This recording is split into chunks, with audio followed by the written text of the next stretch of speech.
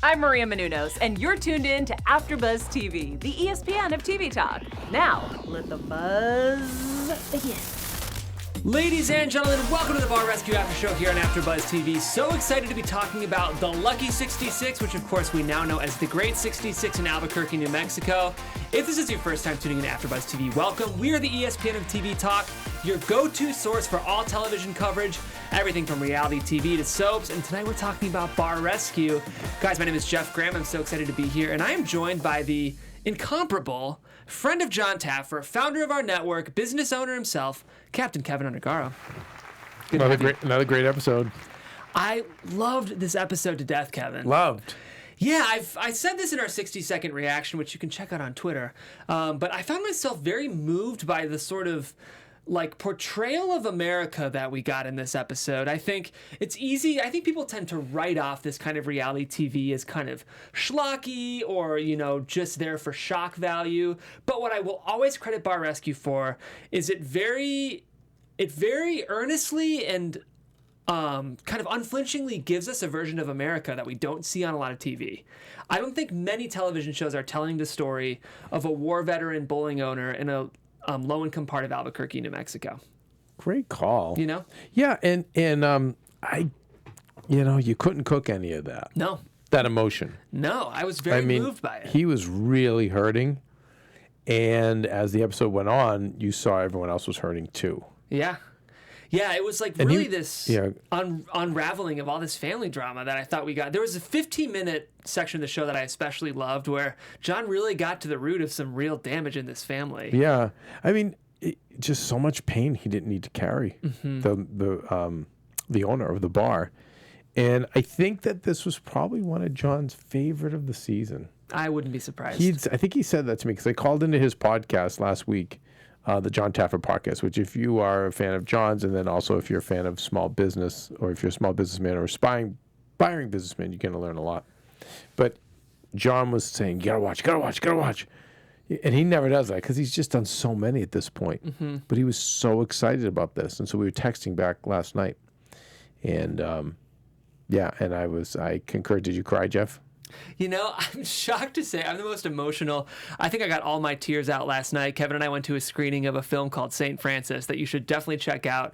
But I think all of the tears I had stored up for the month of March just made their way out during that screening. But I'm going to look for John's post, see if his... Please do. And while Kevin does that, let me tell you all about our after show today. That was our overall thoughts on the episode. Really incredible. But we are not only covering the episode, we also have our Bar Rescue updates. So for those of you guys who are curious about what's happened with the Great 66, we'll let you know.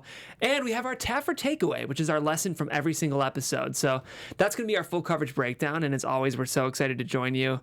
What was really interesting about this episode, as Kevin looks for this post, is that there were 3 families that we were dealing with. So there was Mike as kind of the patriarch of this bar, but of course his son and that man's Jay, and then Jay's daughter, Daphne, so grandfather, son, granddaughter. Then we also had Miles Sr. and Miles Jr., plus... let me see if I have this right.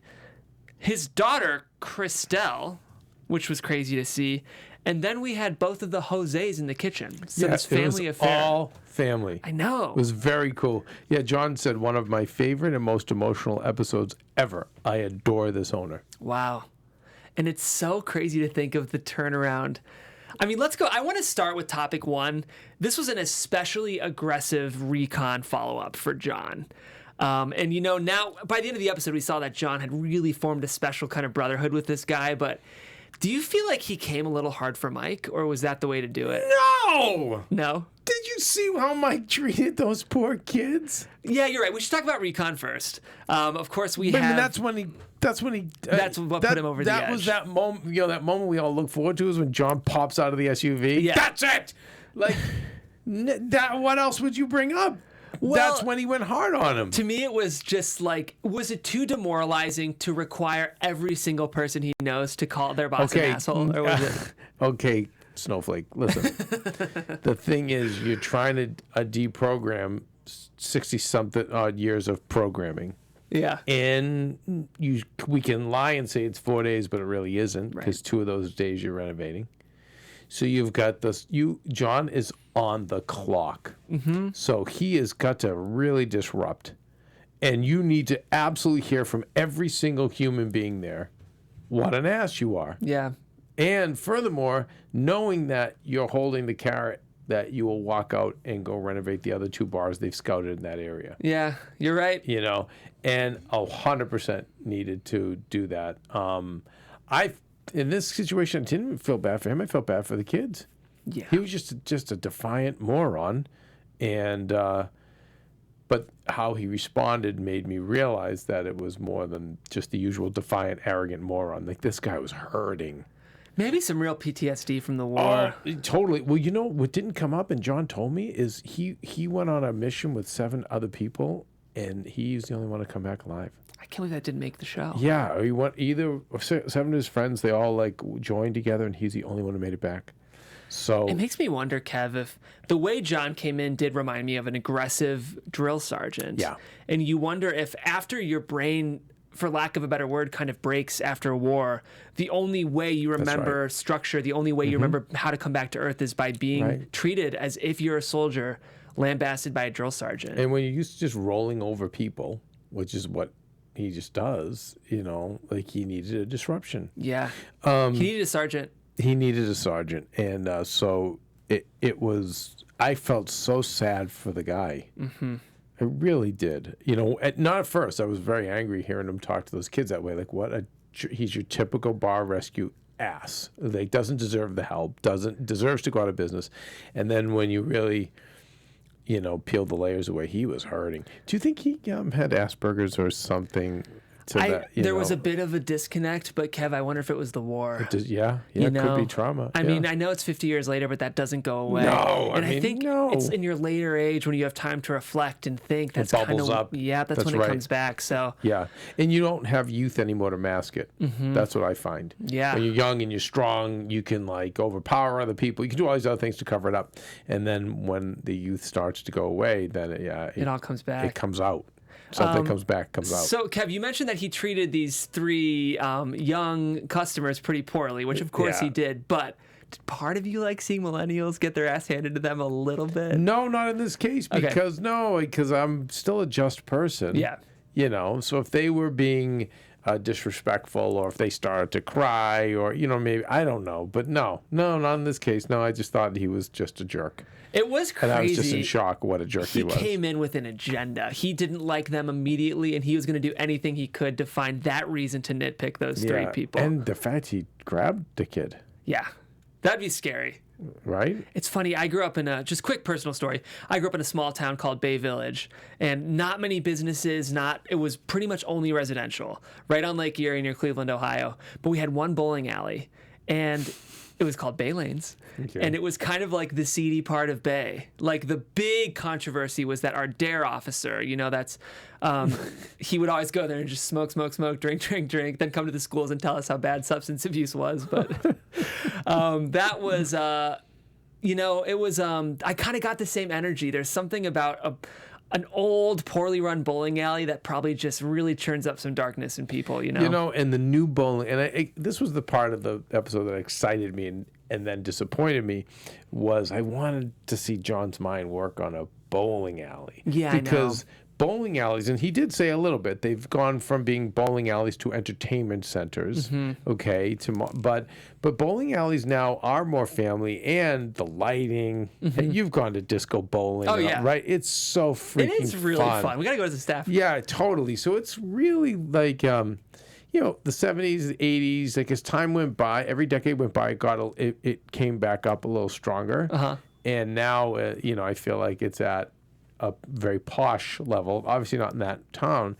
But I was, that's the only thing that disappointed me. Yeah. I wanted John to go, okay, we're going to add, like, you know, and I'm like, oh, and I love when I see a big giant place, because I think, all right, let's go. Let's see what we can do. They kind of focus on just the bar. Yeah. And as I did some due diligence, the bar actually goes by a different name.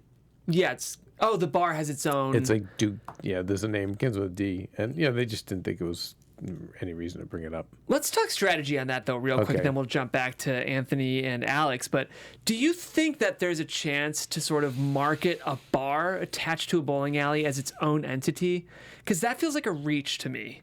if I'm going to a bowling alley, Well, most bowling alleys, they do have bars, though, Jeff. but to me, that's where you go get drinks after you bowl. That's where your team gets drinks. Well, It's hard for me to imagine No, a lot that of as the a destination. Okay, but what about the bowling alleys, at least in L.A., you're able to take drinks down to the lanes. Well, I'm agreeing with you. Okay. What I'm saying is I can't imagine someone who's going to that bar independently without a thought of bowling. Well, and again, I think because of the setup. Mm-hmm. If it were open, I think by the way John did the stairs made it a little better. Yeah. But I think if it were part of the alley, then they would. But I think you're right. It always just kind of attracts a local, like the locals are just going to that bar even though they don't bowl. Yeah. More than we're gonna bowl a few strings and go in there and have a few drinks. Right. Well, I don't know. I mean, what I was addressing was the fact that you mentioned the bar has its own name, almost as if they're trying to market it as. Yeah, and I bet you they are. And I think I'm agreeing with you that Okay. I think it's awkward. Yeah, I think that might be a tough sell without the bowling Right. component. But Right. who knows? I mean, it'll be interesting to see where they land. I do want to dive into. We have Alex Goody and Anthony Lamas both delivered this episode, right? Good to see both of those they're guys. great guys. Great guys. Definitely. Interesting, we get to see that the outside was so plain and gross, and then the fact that the bar was it was like a secret. And, The Exorcist staircase. Yeah, You're that ready was for great. someone to spider walk out of there. Yeah, right. Yeah.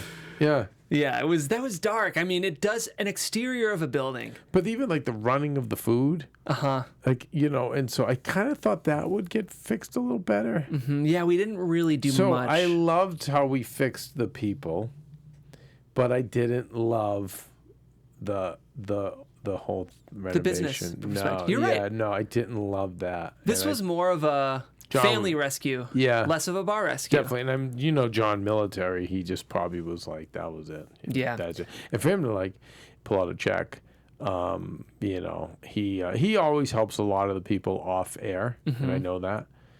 But he must have just been so moved knowing that this guy he gave his all. And clearly we got to do something back for him, Right. For what he did for us. It was a moving moment. God, especially Vietnam, terrible war. Not that there's ever a good war, but Right. like then they came home, the soldiers, and were shit on. Right. They It's chose like- the worst time. Yeah, they went to the worst war. Got one of the wars that I think was physically the hardest to fight, and then came home and got crapped on by the country. Yay! Welcome home. Wonderful. It's brutal. Speaking of like sort of the family rescue component of this episode, though, that intervention I thought was really good TV. The best. I mean, You're like, right. I watch a lot of reality TV. I cover The Bachelor as well as this show, and I think that's what I'm talking about. I spend so much time every week watching these wealthy, privileged, primarily white people, like have their Millennial culture, add that millennials, too. Yep, have their hearts broken on TV, and I love The Bachelor. I truly like. No. It's but amazing. it's not the same. This is a different kind of reality These are TV. real people. These are real people, I know. So John did such a great job towing the line here and pulling people out and saying, apologize. He was mending a family in front of our eyes.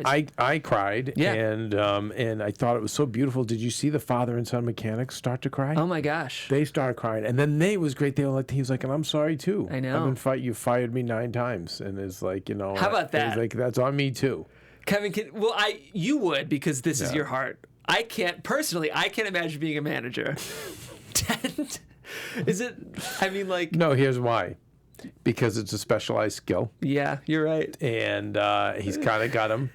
And then because he's down on his luck, he probably works very cheap and doesn't need much. And you're just kind of like, All right. and it's a slippery slope when you work with that kind of person.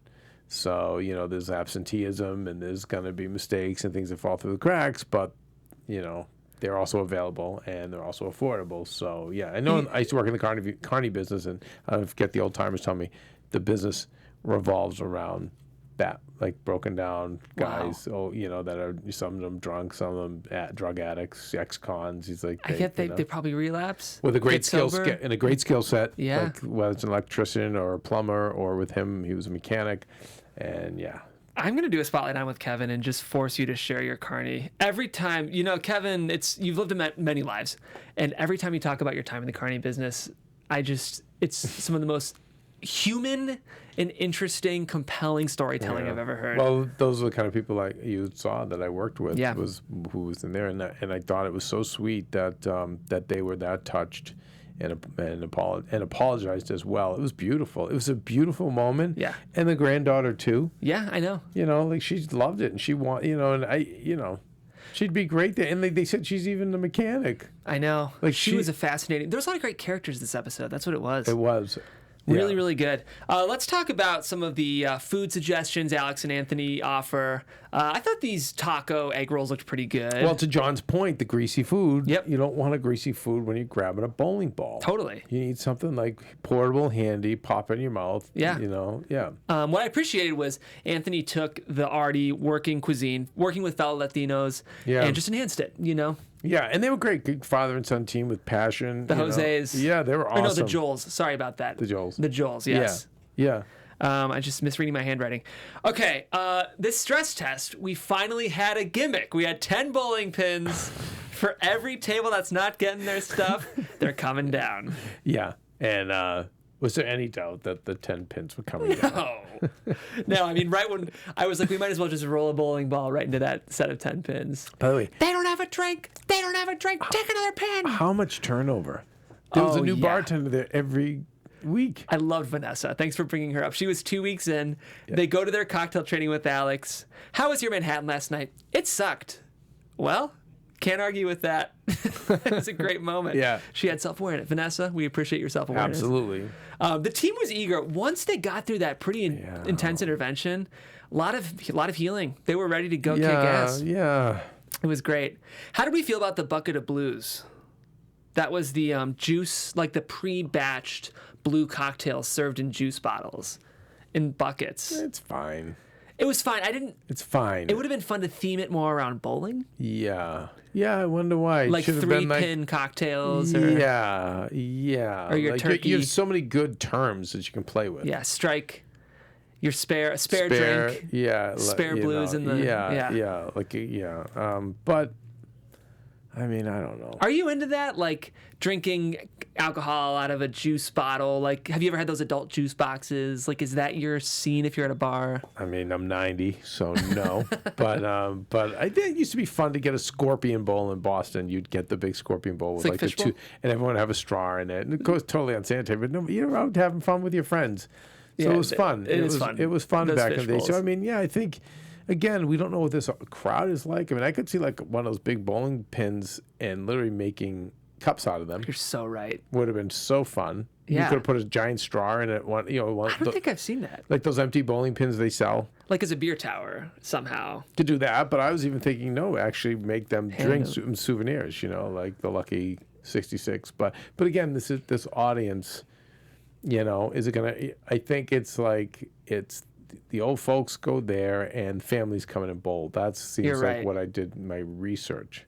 Yeah, you're right. I don't know if anyone's going there to drink for fun. They're kind of going there to drink because that's what they do. Sedate. I hate to say it, but I feel like if you're going to a bowling alley to get drunk, there's something going on. Again, I could go to an LA bowling alley, and it would be a lot of fun. I've done that. Some of these are so good. Bowlerama. Yeah. Really sexy, Yeah, you're right. I've done that. That's why I was so excited when I saw this. Well, let's talk about the renovation. Right, okay. I'm not I agree. They did a good job with the bar. Or do you think they could have done more? It was fine. The bowling pins. Yeah. The lighting. Did you like the lighting with the... Yeah, there was some nice vanities that they put in, so some nice pieces. Yeah. But not... It wasn't a huge change. It didn't look... No. I was, again, and this is my favorite show on TV. I know what the Bar Rescue crew is capable of. Right. And I did like the stairway. I liked it, but when he said, wait till you see what we do, I thought he was going to open it up. I thought, but I think he has to keep it closed because there are families. Mm-hmm.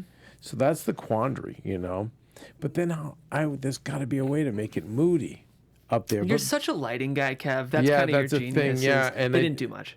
No, and then let's be fair. Here's the other problem. And this is a little like how the sausage gets made. But the lighting that is required to shoot the show versus the actual lighting that these places have are two different things. Mm-hmm. So even when I just did the renovation, or the rescue a few weeks ago, it's lit way better than what will be seen on TV, because on TV they had to hang up all the white lights so we could film. I do feel like sometimes they give us at least 2 or 3 seconds where they tear down all the gaffing and they just give us the room. Yeah. I don't know. I wonder if in the most... This to me was just, I don't know, it was like a TGI Fridays. It was just basic. I mean, a little bit of you just know, a fluorescent lighting. Yeah, I thought we could do something sexy or fun or innovative, you know, like jukeboxes. I don't know. Yeah. Like, yeah. Something, some kind. There needs to be one gimmick. I mean, there was the stage, but even if we 50s themed it, thinking about, you know, the fact that it's an older clientele that is there. I don't know. yeah. And they're all wearing their bowling shirts, the bar, which was kind of cool. Like they're, all, you know, like I just feel, or make the place feel like, it's gonna sound cliche because it's a bar within the bowling alley, but make me feel like I'm in a bowling alley, like the bar itself. Yeah, you're right. Maybe the bar is like a bowling alley with like, and the gutters, you know what I mean? There's 2 gutters on the side, and like, and every time you They get can a tip, slide your beer you down can the even gutter. hit it. You could do that. Or if you like, every time you, whatever, they get a good tip, like all the pins fall down and come back up. You know, I That's don't know. fun. There's bumpers that lower when you get your drink. I don't know. There just was things in there that didn't get, that just, I don't know, that didn't. They didn't have the gimmick. Every And- bar usually has at least one. And again, for business, I think it's great. It's fine because we don't know the area. As a TV viewer, I wanted to see some more Taffer magic, and I didn't see it. Do you think the production crews have been biting off a little more they can chew with the size of these bars? No, because that wasn't a big bar. 32 lanes. I guess they. No, they just in didn't. terms of- They didn't touch outside. Yeah, you're right. It You're was right. just a bar, Yeah. and they painted the outside. Yeah, it was still the carpeting in there too, right? And yeah, They should have put wood. Hardwood. yeah. Like again, I just I was just. Yeah. I was a little let down, but I loved the episode because the emotional component was great. Agreed. Do we feel like changing it from Lucky 66 to Great 66 is a good upgrade in terms of branding the bar? I think it's an apple to an apple. I think Lucky 66 is kind of fun. It is fun, and I think adding entertainment though was the smart play. Yeah, You you're know, right. because now you make it bigger, and you go out to family a little bigger. So, and and what they did on the outside was nice, It looked much nicer. much nicer. That was fun, but yeah, just this part of it, I'm like, Well, we're ready for a great renovation. That'll be next week, hopefully. In the meantime, though, Kev, I do have to hear what is happening with the Great 66 in our Bar Rescue Update segment. Okay, so for the Bar Rescue update on this one, guys, it's a 50-50 split. It's a split. They're still open, though. They're still open. There are lots of complaints about customer service, which, of course, this is what we deal with all the time. We hear that heat is a problem in the summers. There's no AC, but that is on the blame of the owner. So the owner, not of the business, the owner of the building. So once again, this is another family that doesn't own the building. And that's what always makes me feel really bad. Right. So they don't own the building. The building was up for sale, and I think it did sell, but the business is still there. And I guess it's a place where kids and families go in the place. But the complaint seems to be that he's pretty nasty. And that was most of the reviews that were there, unfortunately. But then the positive ones were like nice place to go bring your family and bowl. Okay, that's so, good. I mean, yeah, it's fine. I mean, I just wonder how you pay $1 million of debt with that facility. I don't know. That's You a don't. big number. I don't know. Even to recoup $15,000 a month.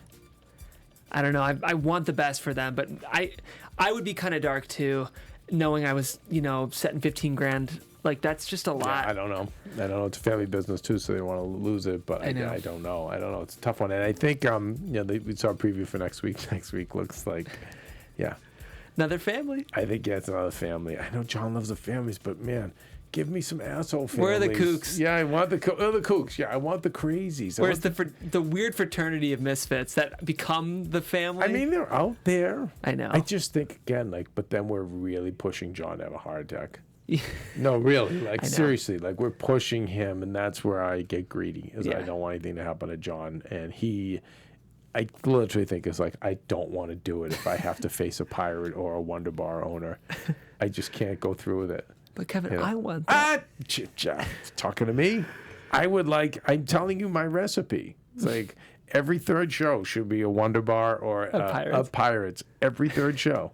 And then a second show should be Queen Sheba, like the evil, the dark, vicious ones that we hate. Right? Cockroach Man. And then you can have the one family one. Inspiration, villain, kook. Yes, Inspiration, villain, kook. That's got to be the cycle. That's it. That's what I mean. By the way, and again, if it didn't kill John, that's what I'd be telling my casting people. I need inspiration. I need a villain. I need a kook. Thank you. Moving on. Oh, that's great. We're going to quickly give you our Taffer takeaways. I'm going to talk about the exterior of your business. Kevin, to your credit, again, I'm talking about the CCO of our company, founder. Every morning, if I've missed kind of zhuzhing the outside of our studio, if I've missed some trash, I will walk out and watch Kevin humbly cleaning the outside of our studio. He'll be sweeping garbage, picking stuff up. And I had that moment today. Again, Kevin jokes that sometimes it takes his staff 4 years to learn things, and I'm probably so guilty of this, Kevin. You're very patient. But I was looking at the outside of that building like, this is where you go to get shot. This is not, like, this is... And the exterior of your business matters so much. Presentation. Yeah, presentation. Before matters. you go in, you're already in the building when you're looking on the outside. Yeah. That's my Taffer takeaway. Yeah, I think I'm going to second you on that one. Yeah. I really will. We'll talk quick predictions because we got to get out of here. But... AfterBuzz TV predictions. Can't wait for next week. Okay, so do we think we're going to get a wackadoodle family?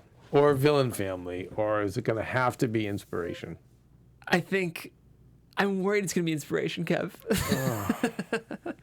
I want to speak very sensitively here, but we have a non-able-bodied person. I think the show is going to be very careful with how it deals with that politically. Yeah. Well, you know what, though? I root for an underdog. Totally. So, this guy was an underdog today, and I'm still okay with that. I'm okay with that.